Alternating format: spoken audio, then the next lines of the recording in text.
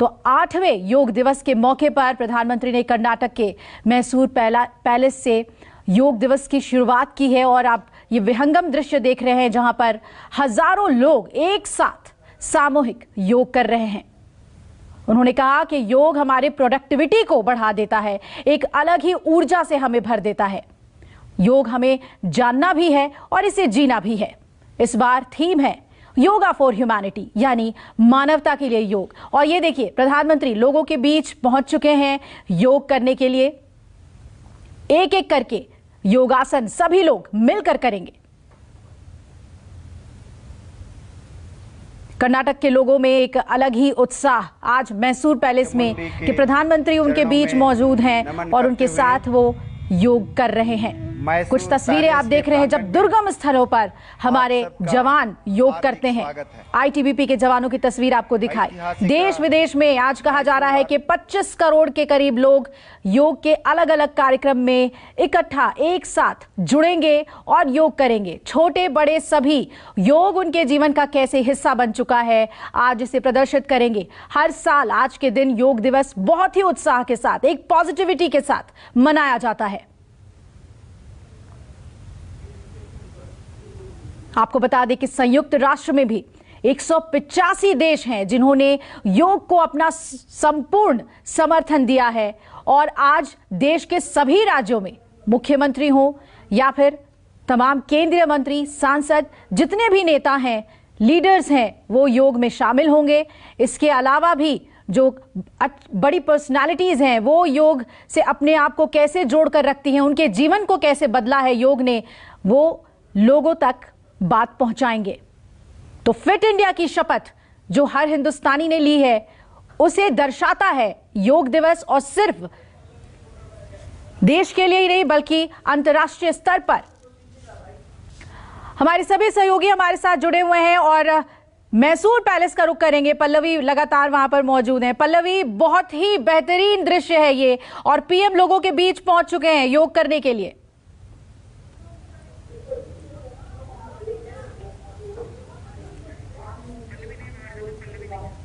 तो ये तस्वीरें आपको मैसूर पैलेस से दिखा रहे हैं।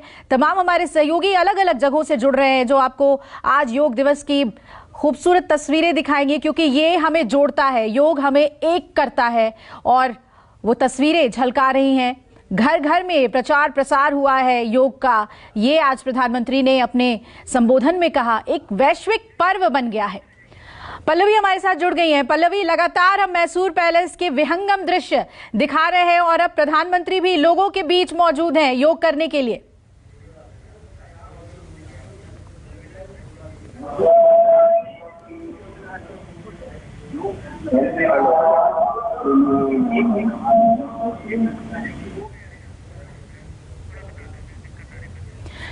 तो हम लगातार संपर्क साधते रहेंगे और वहां की जो ताज़ा तस्वीरें हैं वो आपको दिखा रहे हैं। ये देखिए, इस तस्वीर में आप देख पा रहे हैं तमाम लोगों के बीच में प्रधानमंत्री मौजूद हैं और हमेशा से ये दृश्य देखने को मिलता है।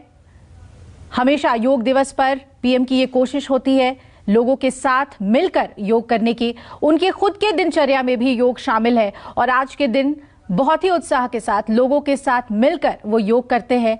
जब भी जहां भी योग दिवस में प्रधानमंत्री शामिल हुए हैं, लोगों के बीच उनका होना ये सबसे अहम हो जाता है। और आज भी देखिए, प्रधानमंत्री लोगों के बीच हैं।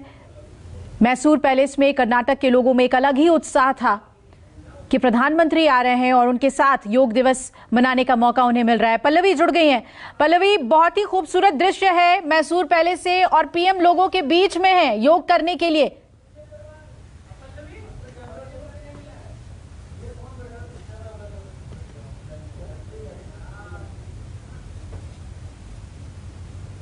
मंच पर कुछ लोग योग इंस्ट्रक्ट करने के लिए, क्योंकि एक साथ एक योगासन करना है, ये देखने को मिल रहा है।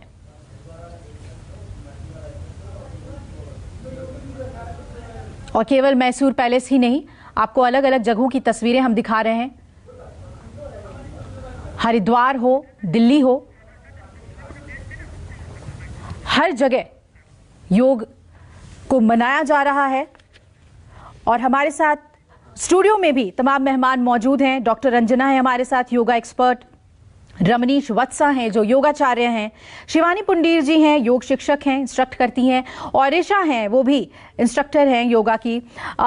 डॉक्टर अंजना, आपसे समझना चाहेंगे प्रधानमंत्री का लोगों के बीच बैठकर योग करना ये कितना महत्वपूर्ण हो जाता है, क्योंकि योग में उत्साह और एक ऊर्जा की बहुत ज्यादा जरूरत होती है, शायद वो आज के दिन भरपूर मिलेगी लोगों को।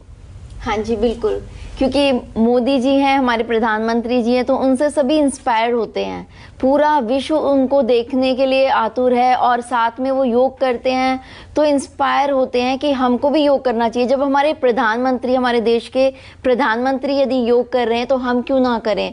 तो सभी ने अपना एक लक्ष्य बनाया कि हम भी योग करेंगे, और इंटरनेशनल योगा डे पे तो ये और ज़्यादा हम मोटिवेट होते हैं कि हम सभी जिन लोगों ने पहले कभी योग नहीं किया है वो भी आज से स्टार्ट करेंगे, शायद कि हम भी अब से योगा स्टार्ट करेंगे, क्योंकि योग से आपको बहुत ज़्यादा परिवर्तन आते हैं। आपके शारीरिक स्वास्थ्य के लिए बहुत इफेक्टिव है, मानसिक स्वास्थ्य के लिए बहुत इफेक्टिव है, बौद्धिक स्वास्थ्य के लिए बहुत इफेक्टिव है योग।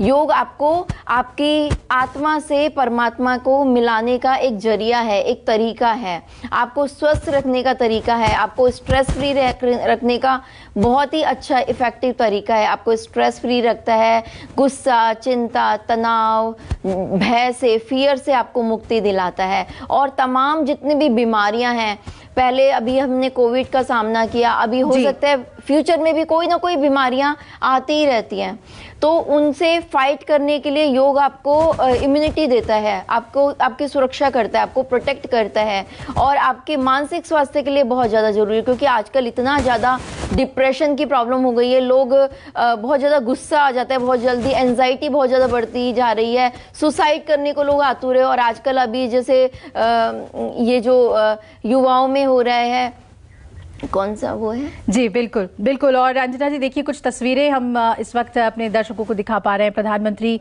इस वक्त लोगों के बीच हैं, खड़े हैं और योग मुद्रा में। रमनीश जी, पीएम खुद भी फिटनेस को लेकर हमेशा बोलते हैं, और युवाओं से जब वो इंटरैक्ट करते हैं एक अलग ही उत्साह संचारित कर देते हैं युवाओं के अंदर। अभी भी वो देखने को मिल रहा है, जिस तरीके से लोगों के साथ खड़े हैं, उनका उत्साह बढ़ा रहे हैं, योग कर रहे हैं उनके साथ। जी, सबसे पहले तो 8वें अंतर्राष्ट्रीय योग दिवस की बहुत सारी शुभकामनाएं पूरे विश्व को शुभना। इस बार देखिए हमारा थीम भी है मानवता, योगा फॉर ह्यूमैनिटी। और प्रधानमंत्री की जब बात करते हैं तो प्रधानमंत्री के वजह से आज जो हम योग दिवस, अंतर्राष्ट्रीय योग दिवस के रूप में मना रहे हैं, तो इसमें सबसे बड़ा योगदान मैं मानता हूं हमारे माननीय प्रधानमंत्री जी का है। और इस आप देखिए ना, गजब के ये योगी हैं कि आज पूरे विश्व को योग के माध्यम से इन्होंने जोड़ रखा है। और जैसा कि हमने इसके पहले कहा कि योगा फॉर ह्यूमैनिटी, अयम निजम परोवेति गणना लघु चेत साम उदार चरित्रा नाम तू वसुदेव कुटुंबकम। हमारा यही कहना है कि पूरा जो विश्व वसुधा है वो पूरा परिवार है, हमारा परिवार है। और योग एक ऐसा माध्यम है। और हमको एक बात और समझने की आवश्यकता है कि योग जो है, क्या वो शारीरिक सौष्ठव का एक तरीका है या शारीरिक संवर्धन का एकमात्र तरीका है, एक शारीरिक क्रिया है? इस बात को यदि हम मान लेते हैं तो ये हमारी बहुत बड़ी भूल होगी। योग का अर्थ यदि हम कहें सही अर्थों में माना जाए तो योग जीवन जीने की कला है। योगः कर्मसु कौशलम है, कर्म की कुशलता ही योग है। योग समत्वम योग उच्चते है, यानी कि हर एक स्थिति में आपको समभाव रहना है, समतुल्य मतलब समानता का भाव रखना है। योग वस्तुतः में देखें तो योगश्चित्त वृत्ति निरोधः है, यानी कि मन की मलिनता जो है उसका दूर हो जाना ही योग है। तो इस बात को हमें समझने की जरूरत है कि योग को हम सिर्फ एक शरीर तक सीमित रखते हैं तो फिर मन और जो भावना है दोनों नियंत्रण में नहीं आ सकती। तो इसके लिए शरीर, मन और भावनाओं को नियंत्रित करना है तो उसका एक उत्तम साधन है, वह है योग। इसीलिए देखिए महर्षि पतंजलि की बार बार हम लोग चर्चा करते हैं, और क्योंकि उन्होंने अष्टांग योग जो दिया है, अष्टांग योग जो दिया है उसमें यम, नियम, आसन, प्राणायाम, प्रत्याहार, धारणा, ध्यान, समाधि, ये सारे क्या हैं? ये सारे साधन हैं व्यक्तित्व परिष्कार के लिए, मानव के उत्कर्ष के लिए। क्योंकि आज देखिए सही अर्थों में देखिए तो मानव में जो द्वंद्व है, और ख़ास करके कोरोना काल के दौरान हम सब ने देखा है, वो सारे दृश्य हमने देखे। अभी भी चिंता और अवसाद में लोग जी रहे हैं, सिक्योरिटी नहीं है, लोग किसी को चिंता है अपने जॉब के लिए, यदि जॉब है तो उसमें आपको वर्क का लोड इतना ज़्यादा है उसके प्रति, तो प्रेशर, बहुत सारे तनाव के बहुत सारे आयाम हो सकते हैं, बहुत सारे कारण भी हो सकते हैं, लेकिन उसका उत्तम उपाय क्या है? वह है योग। और जब हम योग करते हैं उसमें हम आसन के माध्यम से, प्राणायाम के माध्यम से, ध्यान के माध्यम से, ये सारे जो उपाय हैं उन उपायों के माध्यम से हम क्या करते हैं? अपने शारीरिक संवर्धन करते हैं, तनाव मुक्त रखते हैं। तनाव को मुक्त करने का एक उत्तम साधन है वह ध्यान। और हमारे साथ यहाँ पर शिवानी और ईशा भी हैं। रमनीश, बहुत ही गूढ़ बातें आप योग के बारे में बता रहे हैं, और इस वक्त क्योंकि पीएम योगा कर रहे हैं, लगातार इंस्ट्रक्शन दिया जा रहा है स्टेज से और उसको फॉलो कर रहे हैं तमाम लोग, और देखिए प्रधानमंत्री लोगों के बीच है, क्यों ना हम भी यहाँ पर अपने दर्शकों को इसी सूत्र में हम बंध जाएं, जो योग का जो ये पूरा सेशन चल रहा है इसी सूत्र में हम भी बन जाएं।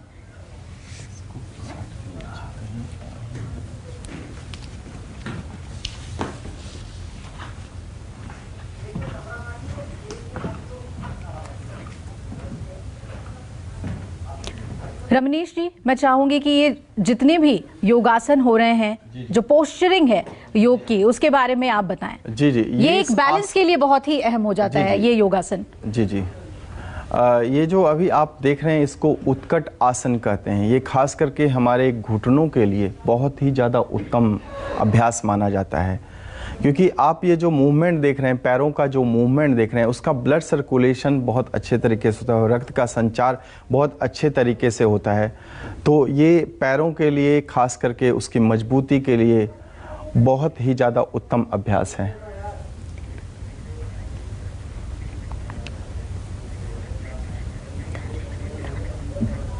जी रमनीश जी, आप जिस तरीके से जो भी योगासन इस वक्त हो रहे हैं मैसूर पैलेस में, उसके बारे में हमें बताएं और करके भी दिखाएं, ताकि हमारे दर्शक भी उसके फायदों को समझें। और जैसा कि कहा जा रहा है कि आज के दिन बहुत लोग योगा को इनिशिएट करते हैं, उसे अपने जीवन में अपनाते हैं, तो वो प्रेरणा उनको लगातार न्यूज़ 24 के माध्यम से भी मिलती रहनी चाहिए।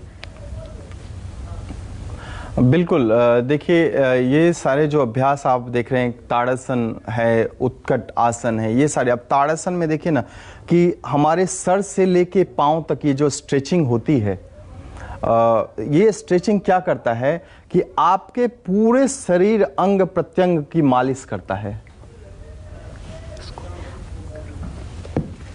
जी, और अब रमनीश जी भी आपको बता रहे हैं। तो ये अभ्यास जो आप देख रहे हैं, खास करके ये जो पूरे शरीर का जो खिंचाव इस जो हम दे रहे हैं, तो इसके माध्यम से हम क्या करते हैं कि आपके रक्त का सही रूप में संचार हो। तो लेके सर से लेके पांव तक ये रक्त का संचार तो करता ही करता है। खासकर जो छोटे बच्चे हैं उनकी हाइट नहीं बढ़ रही है, तो हाइट नहीं बढ़ रही है, उसके पीछे क्या कारण हो सकता है? सिर्फ शारीरिक अभ्यास नहीं, शारीरिक अभ्यास के साथ साथ उनका जो खान पान है, तो वो भी यदि खान पान यदि सही होगा और शारीरिक अभ्यास करेंगे, योगाभ्यास करेंगे, तो उनकी हाइट भी बहुत अच्छी बढ़ेगी। तो ये जो अभ्यास अभी इसके बाद अब आप देख रहे हैं, इसका नाम है वृक्षासन, यानी कि शरीर की आकृति। जब हम इस आसन को करने जाते हैं तो हमारी शरीर की जो आकृति है वो वृक्ष के समान हो जाता है। तो ये इस अभ्यास से क्या होता है कि हमारा जो कंसंट्रेशन है, जो एकाग्रता है, वो हमारा इस आसन के माध्यम से बढ़ता है। तो इसको करने की ज़रूरत है, दोनों पैरों से बारी बारी से करने की ज़रूरत है। पहले राइट पैर को उठा करके बाएं जंघा के पास ले जाते हैं, उसके बाद दोनों हाथों को ऊपर की ओर ले जाते हैं प्रणाम की मुद्रा में, और किसी एक स्थिति में, फिर मैंने इसके पहले जो हमने कहा था कि आपको समतुल्य यानी समानता का भाव, एक चित्त का भाव, एकाग्रता का भाव इस आसन में लाना होता है। जब हम इस आसन में एकाग्रचित्ता या एकाग्रता लेके आते हैं तो इससे हमारी एकाग्रता तो बढ़ती ही है, साथ साथ जब हम पैरों को माध्यम बनाते हैं तो उससे पैरों का जो रक्त का संचार है वो बहुत अच्छा होता है। खास करके आप देखते हैं कि छोटे बच्चे दौड़ते हैं, उसके बाद उनकी पिंडलियों में दर्द जो हो जाता है, या stiffness, because of the stiffness वो अपने आप को दर्द महसूस जो करते हैं, तो ये दर्द से भी निजात दिलाएगा ये आसन। इसके बाद फिर से हम पुनः देख रहे हैं प्रधानमंत्री कितने सहज लग रहे हैं सभी योगासन को करते हुए, ये हमें प्रेरणा से भर देता है। और रेगुलर प्रैक्टिशनर हैं वो योगा के, ये बात सीधे तौर पर समझ में आती है जिस तरीके से वो योग कर रहे हैं। बहुत ही जो उनका पोस्चर है, जो योग करने का तरीका है, वो बहुत ही सहज है। अभी आप देख रहे हैं कि ये इस आसन को हम कहते हैं अर्धपाद हस्तासन। आगे ये बहुत ही ज्यादा महत्वपूर्ण आसन है, बहुत ही ज्यादा लाभकारी आसन है। ये फ्लेक्सिबिलिटी भी बढ़ाता है, फ्लेक्सिबिलिटी बढ़ाता है। आप देखिए ना कि खास करके जो महिलाएं हैं वो माइग्रेन एक बहुत बड़ी समस्या है, सर दर्द एक बहुत बड़ी समस्या है। तो जैसे ही हम आगे झुकते हैं तो आगे झुकने से हमारा सीधा प्रभाव जो हमारा पड़ रहा है वो हमारे रक्त के संचार के ऊपर पड़ रहा है, और सर यानी जो हमारा कपाल रंध्र है उसको ज़्यादा से ज़्यादा ऑक्सीजन मिलता है। तो ब्लड का जो सर्कुलेशन और आदान प्रदान, श्वासों का जो आदान प्रदान होता है, वो हमें बहुत गजब का एहसास दिलाता है, एक सुखद अनुभूति दिलाता है सर के दर्द को कम करने के लिए। और ये देखिए, इसके बाद अगला अभ्यास जो है अर्ध चक्रासन। इस आसन को करने से हमारा जो पीठ और कमर है उसका लचीलापन बढ़ता है, और लचीलापन जब आपके शरीर में नहीं होता है तो ही प्रॉब्लम आती है। बहुत सारे लोग कहा जाता है कि कमर दर्द कमर को तोड़ देता है, और योग क्या करता है, उसको जोड़ देता है। तो जोड़ने की एक बहुत बड़ी कड़ी है, वो है अर्ध चक्रासन। इसके बाद ये जो आसन हमने पीछे की ओर जैसे ही गए तो ऑक्सीजन का प्रवाह कहाँ हमें मिल रहा है, तो हमारे जहाँ जहाँ हमें प्रभाव महसूस कर रहे हैं तो वहाँ। इसके बाद अगले अभ्यास की तैयारी है, ये त्रिकोणासन की ओर मुझे लगता है जाएंगे। हाँ, प्रधानमंत्री अब अगला अभ्यास जो है वो त्रिकोणासन की ओर जाएंगे। और इसे बहुत ही कठिन कहते हैं शायद, ये योग जो है वो बहुत ही कठिन कहलाता है। फ्रेम में ही नहीं है, हम लोग काट के दे देते ना।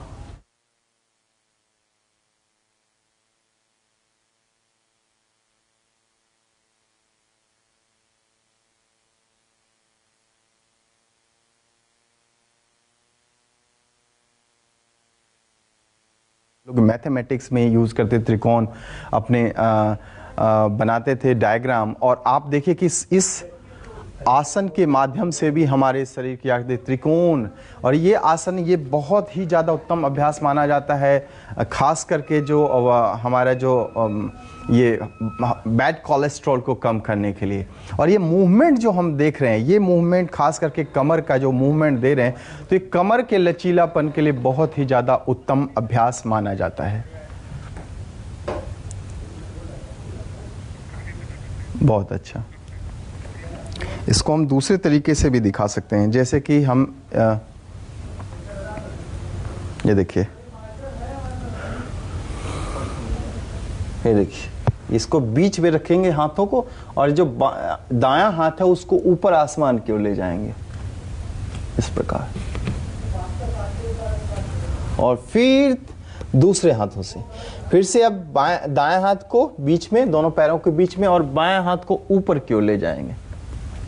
अब ये मूवमेंट जो हमारा हो रहा है, स्ट्रेचिंग जो खास करके हम देख रहे हैं, वो कमर के भाग को मिल रहा है।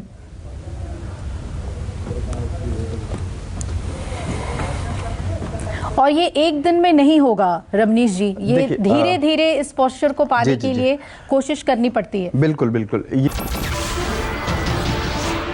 नमस्कार, मैं हूं मानक गुप्ता। अगर आपको हमारा ये वीडियो पसंद आया हो तो इसे लाइक और शेयर जरूर करें, और हाँ, हमें सब्सक्राइब और फॉलो करना ना भूलें, ताकि आप देश और दुनिया की कोई खबर मिस ना करें। तो जुड़े रहिए हमारे साथ और देखते रहिए News 24।